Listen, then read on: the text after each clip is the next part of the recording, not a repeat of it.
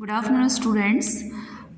जैसे कि आप लोग जानते हैं वापस से कोविड की वजह से आप लोगों की जो क्लासेस हैं वो फ़िलहाल के 15 दिन के लिए जो अभी हमको ऑर्डर्स मिला है उसके अकॉर्डिंग 15 दिन आपकी ऑनलाइन क्लासेस चलेंगी। तो यहाँ पर आपका जो सिलेबस है वो बुक बी का जहाँ से हमारा ऑफलाइन क्लासेस में कंप्लीट हुआ था। ओके, ऑफलाइन क्लासेस में हमने literature plus grammar lesson number 7 to 9 complete कर लिया था। तो आज आपको जो वीडियो सेंड कर रही हूँ मैं, जो एक्सप्लेनिंग हमारे यहाँ पर हो रही है वो है लेसन नंबर 10 की, the coming of spring. Okay, in your page number 61, book B, that is your syllabus. So, in a lesson number 10, the coming of spring, that is a poem. Okay, the point we have for describe what is the spring season. हम भी जानते हैं there are different kind of seasons that like winter, summer, monsoon, rainy, autumn and spring. The spring season is जिसे आप हिंदी में बसंत ऋतु भी कहते हैं. That is the spring blooms, the new flowers grow on a plant.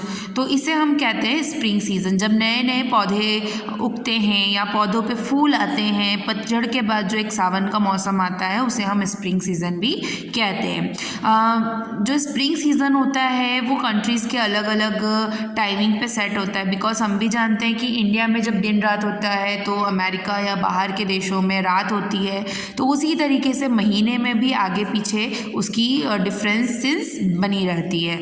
ठीक है, जो season हमारे यहाँ अगस्त सितंबर में आता है वो सीज़न किसी के यहाँ गर्मी में आता है. तो उसी पर पोइट ने एक पोएम डिस्क्राइब की है जो कि आप लोगों के लिए यहाँ पर डिस्क्राइब सब एक्सप्लेनिंग की गई है मेरे थ्रू. So let's start. सबसे पहले हम गेट सेट पढ़ेंगे.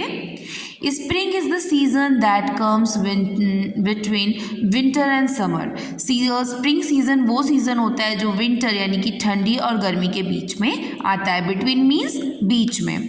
It last for a short while but it one of the most beautiful seasons of the year. ये बहुत ही छोटा सीज़न होता है. नॉर्मली सारे सीज़न 4-4 महीने के होते हैं, पर जो स्प्रिंग सीज़न होता है वो 1-1.5 महीने का ही होता है. बट इसकी जो खूबसूरती है वो सबसे अलग होती है. क्यों अलग होती है? क्योंकि इस सीज़न में ही पेड़ों पर नए नए फूल और पत्ते आते हैं. It is a time of a joy and chair. It is also the time of Holi. हमारी इंडिया में होली के टाइम पे ये जो स्प्रिंग सीज़न होता है उसे हम होली के टाइम पर मनाते हैं. It is very colourful festival that make mark of beginning of spring. Spring season इसी समय से शुरू होता है. तो what are the other things do we in spring, और हम अलग अलग कौन कौन सी चीज़ें स्प्रिंग सीज़न में कर सकते हैं, और इंडिया के बाहर भी स्प्रिंग सीज़न कौन से महीने में आता है उसी पर पोइट ने एक छोटी सी पोएम यहाँ पर डिस्क्राइब करी है. Come to the page number 62 students, reading junction. It is a very hot here in May. ये पोएम जिस एरिया की है, जिस कंट्री की है, वहाँ पर मई के टाइम पे, मई यानी मई के टाइम पे बहुत ज़्यादा गर्मी होती है. But in many parts of the world, यहाँ पर स्टेट की या कंट्री की बात नहीं हो रही है, यहाँ पर बात हो रही है वर्ल्ड की. मई में हमारे यहाँ कितनी गर्मी होती है, लेकिन वर्ल्ड के कई ऐसे पार्ट हैं जहाँ पर summer is over by the May end the spring arrive. मई खत्म होती है और उसके तुरंत बाद ही स्प्रिंग सीजन अराइव का मतलब होता है आता है. Let us read a sweet little poem about how the plants and animals are telling everyone that spring is just around the corner. यहाँ पर एक पोएम डिस्क्राइब की गई है जहाँ पर जिसके थ्रू एक जंगल है, जंगल में जितने भी birds, flowers, insects, forest meadow, grass, meadow, ये जितनी भी चीज़ें हैं सबको एक दूसरे को खुश होकर स्प्रिंग आने की बधाई दे रहे हैं. जिस तरीके से हम एक त्यौहार के आने पे सबको बधाई देते हैं, ठीक उसी तरीके से ये लोग स्प्रिंग के आने की बधाई एक दूसरे को दे रहे हैं. The coming of spring. Your name of the poem is Coming of Spring. Oh, the sunshine told the bluebird. What is the bluebird? The bluebird means is American songbird. America की एक बर्ड होती है जिसका नाम होता है bluebird. The sunshine. What is the meaning of sunshine? The meaning of the sunshine is the rays of the sun. Okay? जो सन की रेज होती है ना, सूरज की रोशनी, उसे हम कहते हैं sunshine. Oh the sunshine told the blue bird and the blue bird told the brook. What is the meaning of told? The meaning of बोलना. सनशाइन ब्लू बर्ड से बोल रहा है और ब्लू बर्ड ब्रुक से बोल रहा है. What is the meaning of brook? Brook it means small stream, एक छोटी सी बहने वाली नदी. That is the dandelions. Dandelions means एक तरीके का डेजी फ्लावर. डेजी फ्लावर को डैंडियल्स भी कहते हैं. डैंडलाइंस वर अ पिपिंग. पिपिंग यानी बोलना. Then the brook was the blithe. Blithe यानी जिंदा दिली.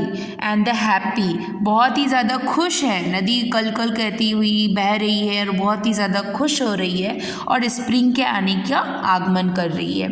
And the babbled all the way. जब नदी बहती हुई हर तरीके से आवाज़ करती है उसे हम कहते हैं बैबल्ड द वे. चारों तरफ वो कल कल करती हुई बह रही है और अपनी खुशी को व्यक्त कर रही है. As it is rain to tell the river. Rain यानी कि रिवर जितनी तेज़ी से दौड़ रही है, दौड़ते दौड़ते वो सबको बता रही है of the coming of the glorious May. Glorious May क्यों? क्योंकि वर्ल्ड के इस साइड में जैसे ही मे का एंडिंग होगा स्प्रिंग सीजन यहाँ पर अराइव हो जाएगा. Soon the river told the meadow. What is the meadow? meadow का मतलब होता है घास का मैदान. ठीक है.